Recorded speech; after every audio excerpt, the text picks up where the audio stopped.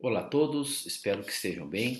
Continuamos aqui os nossos. Deixa eu só me arrumar a posição aqui em relação à luz. Espero que estejam bem em relação a esse nosso afastamento. Continuamos aqui os nossos estudos. Estamos na nossa zoologia. Passamos por poríferos, quinidários, plateumintos e nemateumintos. Trabalhamos algumas doenças também relacionadas a esses indivíduos. E nosso objetivo dessa aula vem a ser trabalhar aqui mais dois filos dessa escala evolutiva que nós estamos discutindo, tá? Então, na sequência do estudo do reino animal, o próximo grupo que eu trago para vocês vem a ser o grupo dos anelídeos. Então, quando a gente fala em vermes, né, lembra que os plateumintos eram os vermes achatados. Os nemateumintos eram os vermes cilíndricos, só que não segmentados. Quando falamos em anelídeos, estamos falando dos vermes cilíndricos segmentados, ou seja, tem o corpo dividido em anéis. Esses anéis chamados de metâmeros, então a gente fala que esses animais apresentam uma metameria, existe uma segmentação na divisão do corpo. São animais triblásticos, já sabemos essas características. São animais, olha só, a partir de agora são celomados, e você vai ver que todo mundo que a gente for trabalhar desde então serão triblásticos celomados. São animais neuromiares, são animais protostômios. Então, algumas características lá da embriologia que vão seguindo ao longo, né, do nosso critério de classificação. Na classificação desses indivíduos, a gente traz os anelídeos em três classes, tá? Os poliquetas, os oligoquetas e os aquetas. Essa terminação queta é uma relação que nós temos às cerdas que aparecem no corpo desses indivíduos, que são algumas projeções que podem aparecer, né, e favorecendo em algumas situações até na locomoção e na fixação. Né? Os oligoquetas são aqueles que apresentam poucas dessas cerdas. Oligo quer dizer pouco. Aqueta, né, são aqueles que não apresentam essas cerdas. Os poliquetas são aqueles que apresentam muitas dessas cerdas. Tá? Então, na verdade, a quantidade dessas cerdas acaba sendo o critério utilizado neste processo de classificação. Quando você fala dos poliquetas, é aqui que nós temos as euníces e os neréis, né, que vêm a ser os anelídeos marinhos, né, que apresentam tentáculos na cabeça, né, essas projeções do corpo conhecidos como parapódios, de onde vai sair essas cerdas que favorecem a locomoção, é um grupo que nós temos de anelídeos. O outro, talvez o mais famoso deles, que vem a ser os oligoquetas, em função do seu representante maior, que vem a ser a famosa minhoca, cientificamente chamada de lumbricus terrestres. Tem o minhocossu também, Glossoscolex giganteus, né, que vem a ser do mesmo grupo aí de classificação. E a minhoca ela é clássica para nós, ela tem, né, um conhecimento universal, a produção do humus, a minhoca utilizada na alimentação de muitos animais, a minhoca fazendo as galerias no solo, favorecendo a aeração do solo, né, e daí que vem a minhococultura, né, que vem a ser o fato das pessoas criarem minhoca para favorecer ali a dinâmica de preparo do solo. E nós temos a classe dos aquetas ou irudíneos. Aquetas são aqueles que não apresentam as cerdas. É aqui que nós temos a famosa irudo medicinalis, que vem a ser a sanguessuga. A sanguessuga você pode ver que ela apresenta umas ventosas que favorecem a sua fixação e a locomoção. A sanguessuga, ela apresenta, né, uma liberação junto à boca de anticoagulantes de ação anestésica que favorece com que ela venha se alimentar sem que o indivíduo se perceba, uma característica parasitária muito marcante dela. O que acaba trazendo para nós aí as três classes que nós temos de anelídeos: os poliquetas, com as euníceas e neréis, os oligoquetas, né, como a minhoca, o representante notável, e os aquetas, né, representando aqui, né, representado pela sanguessuga. Tá? O tegumento desses animais vem a ser um tegumento úmido, uma vez que acaba, né, respirando pela pele. Né, você pode ver que nós temos algumas células, né, de percepção da luz, células sensitivas, a presença da epiderme, glândulas que favorecem o aspecto úmido desses animais. A locomoção ela é dada por uma musculatura que você tem abaixo aqui da cutícula da epiderme, tá aqui, ó, a cutícula, a epiderme, aí aparece uma musculatura longitudinal e daí a musculatura circular. Tudo isso antes de chegar no celoma, que é onde nós teremos as demais estruturas, né, anexas do corpo. Então a sustentação é dada por essa musculatura e a contração desses músculos é o que favorece, né, a movimentação desses indivíduos. Nós estamos falando ainda de grupos de vermes. Vermes não têm patas. As patas só vão aparecer em próximos grupos, tá? Então a contração do corpo através dessa musculatura é o que favorece, né, o processo de locomoção desses indivíduos. O sistema digestório é do tipo completo, começa na boca e termina no ânus. Já era completo no filo anterior.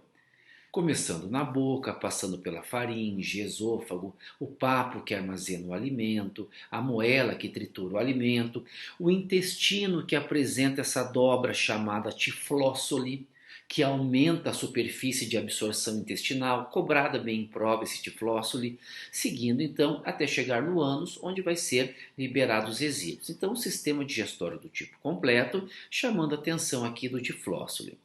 O sistema respiratório aparece lá nos poliquetas. Tá? Os poliquetas, olha aqui embaixo a minha setinha. Ó. Os poliquetas já apresentam esse vestígio branquial. É a primeira vez que está aparecendo um sistema respiratório, mas não é em todo mundo, só nos poliquetas. Os aquetas e os oligoquetas, no caso sanguessuga e minhoca, olha aqui o desenho de cima, continua, né, sendo pela pele. É pela pele que o oxigênio entra e pela pele que vai sair o gás carbônico. Mas já tem um sistema respiratório aparecendo pela primeira vez, assim como também o sistema circulatório, aparecendo pela primeira vez na escala evolutiva. Até agora não tinha aparecido. E o sistema circulatório aqui é do tipo fechado. Por que fechado? Porque o sangue só corre por dentro dos vasos e não pelas cavidades do corpo. Se você olhar aqui, ó, você pode ver que nós temos esse vaso na região de baixo, que é o vaso ventral, o vaso na região de cima, que é o vaso dorsal, que se une na região do esôfago, onde nós temos um fluxo sanguíneo muito intenso, que é o que representa os corações, no caso da minhoca. Né? Então, um sistema circulatório aparecendo pela primeira vez. E não esqueça, ele é do tipo fechado, assim como o nosso, tá? Uma vez que o sangue ele corre somente pelas cavidades, somente por dentro desses vasos, e não pelas cavidades corporais. O sistema excretor, que já apareceu nos grupos anteriores, aqui é dado pelos nefrídeos. Em cada segmento tem um parzinho de nefrídeo, que vai captar as excretas e por esse pequeno poro chamado nefridióporo, as excretas são lançadas para o ambiente. Então lembra lá, nos plateumintos eram as células flamas. Nos nemateumintos eram os tubos em H. Aqui vem a ser os nefrídeos, tá? Um par de nefrídeos por cada segmento. O sistema nervoso do tipo ganglionar, ventral, localizado no ventre do corpo. Tá? O sistema nervoso era do tipo difuso lá nos quinidários e ele começou a se especializar nos demais grupos. E aqui do tipo ganglionar ventral, caracterizando um aspecto, né, de percepção junto a esses gânglios em praticamente toda a parte do corpo do indivíduo. A reprodução, aqui nós temos uma diferença. Se você pega os oligoquetos, no caso da minhoca e da sanguessuga, esses indivíduos são monóicos, né, hermafroditas, com a fecundação externa e o desenvolvimento sem passar por fase larval, é direto. Já os poliquetas, as eunícias e os neréis, são animais dioicos, né, como você tem ali o sexo separado, passando por fase larval, que é o desenvolvimento indireto. Aqui nós temos uma representação da fecundação cruzada da minhoca. As minhocas elas se acoplam, você pode ver que o espermatozoide de uma minhoca é colocado no receptáculo seminal da outra minhoca. Essa manchinha aqui, aquela manchinha que a minhoca tem, que vem a ser o clitelo, na verdade não é só uma mancha, é uma estrutura que vai levar os gametas femininos ao encontro do masculino. Então, a fecundação ela é do tipo externa, e após formar esse pequeno casulo, vai eclodir as minhoquinhas aqui, ó, sem passar por fase larval. Então a minhoca, ela é um indivíduo hermafrodita, que tem uma fecundação externa, porque acontece ao nível do receptáculo, e o desenvolvimento é direto por não passar por fase larval. Beleza? Então aqui nós temos as principais características, você pode ver que é sempre uma receitinha que a gente vai seguindo. Aqui trazendo, né, falamos de poríferos, quinidários, plateumintos, nemateumintos, portanto, aqui trazendo um quinto filo dessa escala evolutiva, beleza? O próximo filo que eu trago para vocês vem a ser o filo dos moluscos. é o segundo filo mais numeroso que nós temos. Professor, qual que seria o primeiro filo? O primeiro filo é o filo dos artrópodes, com praticamente 1 milhão de espécies. Aqui nós temos o segundo filo mais numeroso, né, próximo a 100 mil espécies, esse valor está um pouco mais atualizado hoje, onde nós temos aqui nos moluscos, polvos, lulas, caracóis, lesmas, mariscos, ostras, são animais, na grande maioria, marinhos, podendo também ser de ambiente de água doce e terrestre. Muitos de vida livre, outros vivendo sésseis, né, fixos, como é o caso da ostra. O tamanho é muito variado. Você tem moluscos de praticamente microscópicos, assim como você tem, né, lulas lá gigantescas, como você vê lá em documentários, né? A malacologia é o estudo dos moluscos, a conquiologia é o estudo das suas conchas, né? A concha é uma característica marcante de molusco. No aspecto geral, molusco quer dizer corpo mole. Então aqui nós temos uma sequência de informações, algumas embrionárias também. Então os moluscos são animais de corpo mole não segmentado. O corpo é dividido em cabeça, pé e massa visceral. São protostômios, triblásticos, celomados, hiponeuros, né, o sistema nervoso na porção ventral, bilaterais na grande maioria, com as mais variadas importâncias, né? Nós nos alimentamos, né? A concha é utilizada para enfeite, a produção de pérola, a área médica, se você pega lá a esquistossomose que falamos esses dias, tem o molusco como hospedeiro intermediário, então os moluscos têm uma grande relevância e uma grande importância para nós. No sistema de classificação, nós temos aqui, de uma maneira mais clássica, esses 5 grupos. Os gastrópodes, representado por, né, caracóis, caramujos, a lesma. Nós temos aqui os pelicípodas ou bivalves, representados por ostras, mariscos e mexilhões. Nós temos os cefalópodes, né, que quer dizer os pés nascendo diretamente na cabeça, que é onde nós temos os polvos e lulas. Nós temos aqui os quitônios, né, que são os anfineuros, né, e nós temos aqui, né, os dentálios, caracterizando aqui para nós, né, os que também chamam de escafópodas, caracterizando para nós o critério de classificação. Esses 3 primeiros aqui, ó, gastrópoda, que é o da lesma e do caracol, pelicípoda ou bivalve, das ostras, né, e mexilhões, e cefalópodes costumam ser as mais cobradas em provas, tá? Os moluscos apresentam na porção superior do corpo, né, a estrutura conhecida como manto, tá aqui, ó. É esse manto que vai secretar a conchinha calcária. Então a concha ela é secretada através da ação do manto. Não é todo molusco que tem concha. Uma lesma não tem concha. Né? Mas se você pegar a grande maioria deles, a concha aparece. Em alguns a concha ela é interna, como é o caso, né, da lula, que, né, a conchinha é chamada pena, mas a grande maioria apresenta uma estrutura externa, que é aquela concha clássica dos moluscos que a gente observa. Tá? O sistema digestório ele é do tipo completo, começando na boca e terminando no ânus. Eu chamo a atenção aqui na região da boca, essa estrutura que parece esses dentinhos conhecido como rádula. Essa rádula ela serve para fazer a raspagem do alimento, favorecendo assim, né, o processo da ingestão do alimento. É importante essa rádula, ela cai muito em prova.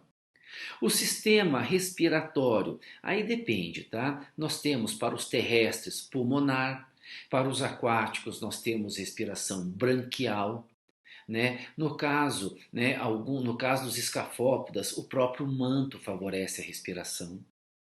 O sistema circulatório, lembra que apareceu agora há pouco nos anelídeos, que eu falei que era fechado? Aqui vai ser fechado só nos cefalópodes, né, nos polvos, lulas. Os demais vêm a ser do tipo aberto. Tá? O sistema circulatório aberto é quando o sangue, além de correr pelos vasos, vai correr, né, pelas cavidades do corpo. O sistema excretor é dado pelos rins, também chamados de nefrídeos, também chamados, esse último termo que eu vou usar gosta muito de aparecer em prova, órgãos debojanos, tá? Os órgãos debojanos. Sistema excretor, então, caracterizando por onde vai sair as excretas junto ao manto desses indivíduos, por um poro excretor que está ligado a esses rins ou a esses órgãos debojanos. E o sistema nervoso, igual aconteceu agora há pouco com a minhoca, ele é do tipo ganglionar ventral. Você pode ver que você tem os gânglios, e eles ficam espalhados na porção de baixo, no ventre do indivíduo. Então, novamente, ó, respiratório, variando de pulmonar, branquial, pelo manto, circulatório, aberto na maioria, fechado nos cefalópodes, excretor, órgãos de Bogianos e nervoso ganglionar ventral. A reprodução, aqui você tem uma grande variedade de espécies, então você encontra várias informações aqui. Nos gastrópodes, você tem animais tanto dioico quanto monoico. Os pelicípodas, que é o caso das ostras, a grande maioria dioico. No cefalópode, que é o caso lá do polvo, lá só tem dioico, sexo separado. Em gastrópodes terrestres e cefalópodes não tem fase larval, é do tipo direto. Em gastrópodes aquáticos e os pelicípodas nós temos o desenvolvimento larval, portanto, vem a ser do tipo indireto, com as larvas trocóforas ou as larvas Welliger. Então eu trouxe nessa nossa aula de hoje, trouxe para vocês dois filos, o filo dos anelídeos e o filo dos moluscos. Continuamos a nossa zoologia na próxima aula, onde a gente vai começar a discutir temas, a sequência temática como os artrópodes, depois os equinodermas, até chegar no filo dos cordados, beleza? Um grande abraço para vocês, nos vemos aí na nossa sequência de aulas.